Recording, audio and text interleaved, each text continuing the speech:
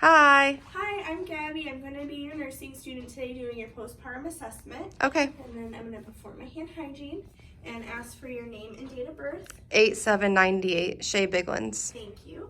Okay, so I'm going to start out by getting your vitals. I am going to assess her pulse and check her respirations while I am doing that. And I'm going to take her blood pressure. And I'm going to take her temperature. Okay, all of those were normal. Okay, so after that, we're going to do our bubble D, and B stands for breasts. I'm going to assess her breast, and in the hospital, I would not palpate the breast, but for this purpose, I am going to. I'm going to ask her some questions. Have you had any tenderness, abnormal discharge, or cracking on your breast? I've had a little bit of tenderness, but nothing terrible. Okay, I am going to pull up your gown a little bit. I'm just going to palpate your breast. I'm going to look for any lumps, okay? That one feels good. Yeah, definitely a little sore, but not too much pain. Oh, I'm sorry to hear that. I know it can be rough breastfeeding. Yeah. Okay, so that was fine.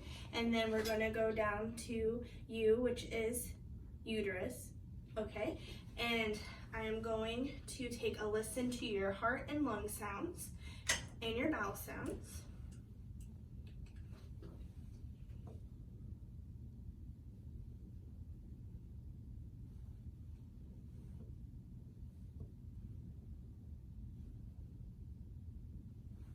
Okay, listen to your bowel sounds, all 4 quadrants.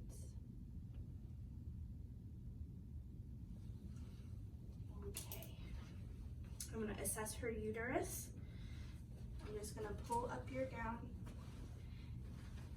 And while I'm doing this, I'm going to put my one hand above the uterus, below the uterus, and one hand up by her umbilicus to prevent it from coming out. I'm going to feel. Okay, I want to have the uterus be firm and not boggy. Firmness means controlled bleeding.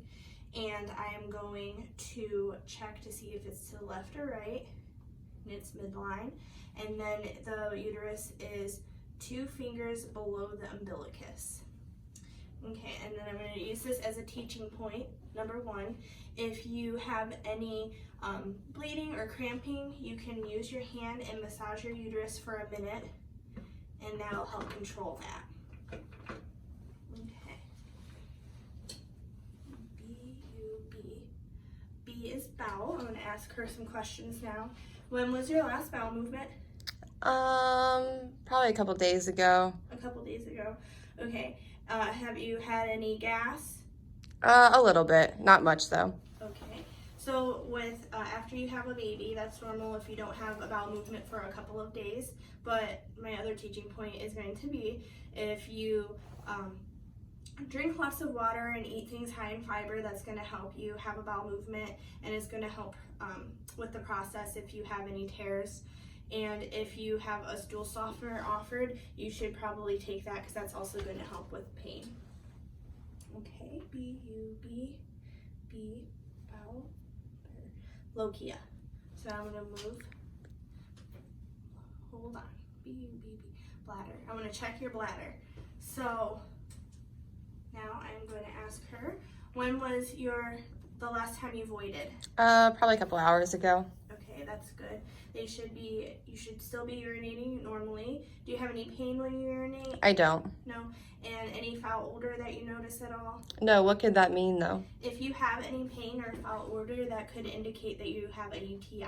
Okay. Okay, and I'm going to put on my gloves now.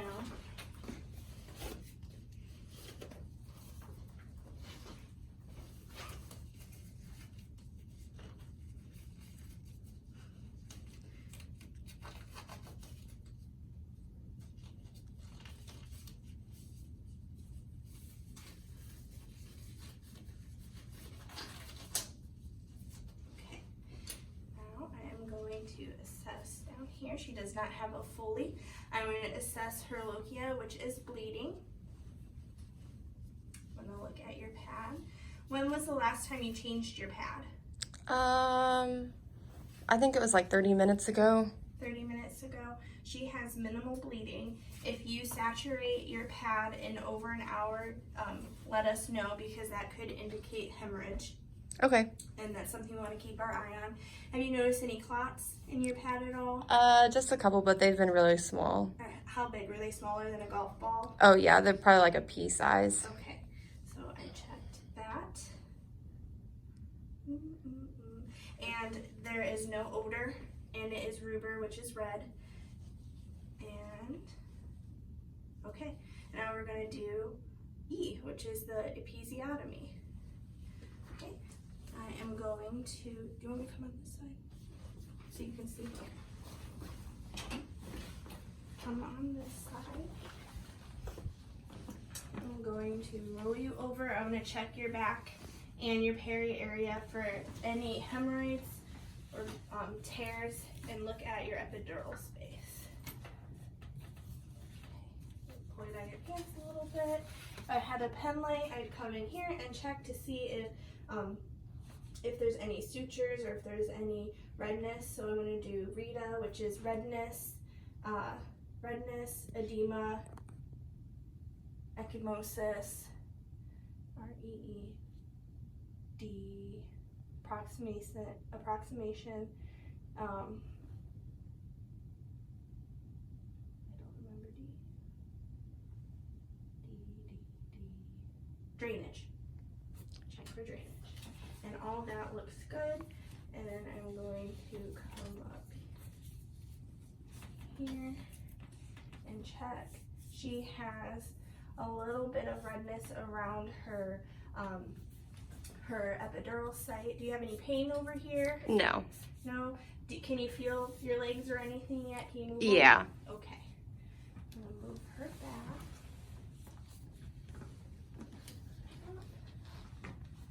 And then I'm going to go down to her legs, and we're going to go to D and check for DVTs. Do you have any pain in your legs at all? No, I don't. I'm checking for unilateral pain, redness, and swelling. And they're both warm to the touch. They're not cool. Okay. They're both symmetrical. She has no redness. Okay. So I'm going to go on to my teaching points here. For education, I taught her that she can massage her fundus to help control bleeding and cramping. She needs to eat things high in fiber and drink fluids, and take stool softeners when offered to help with bowel movements. Getting up and walking around is going to help, as much as possible, help prevent DVTs, and it's going to get your blood circulation going. So that's my third one. And then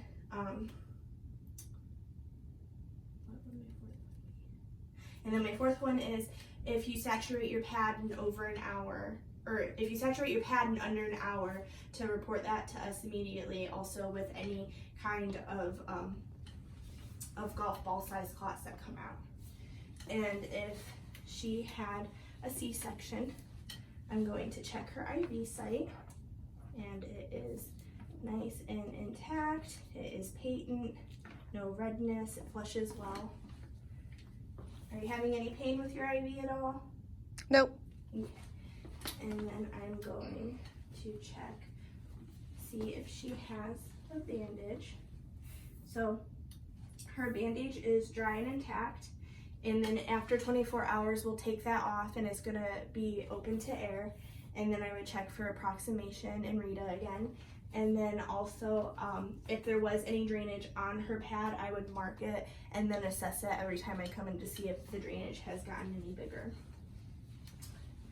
And then I would also assess her Foley. You want to get that out usually under 8 hours. And if it's still in, I'm going to provide Foley care. And if we can take it out, then I will take it out to prevent a CAUTI.